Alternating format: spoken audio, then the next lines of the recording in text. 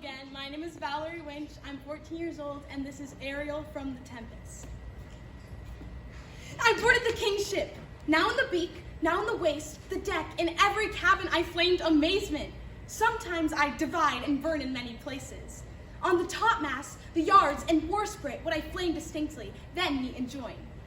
Jove's lightnings, the precursors, oh, the dreadful thunderclaps, more momentary and sight outrunning were not. The fire and cracks of sulphurous roaring, the most mighty Neptune seemed to be sage and make his bold waves tremble, ye his dread trying to shake. Not a soul befell fever of the mad, and played some tricks of desperation.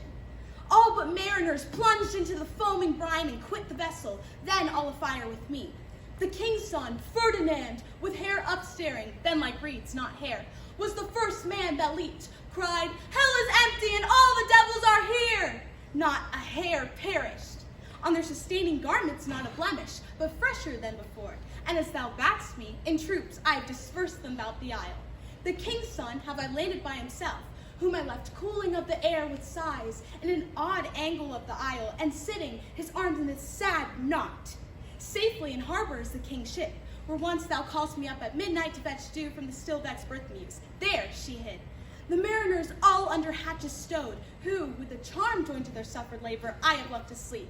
And as for the rest of the fleet, they have all met again, and are upon the Mediterranean float, bound sadly home for Naples, supposing they saw the king's ship wrecked, and his great person perish. Thank you.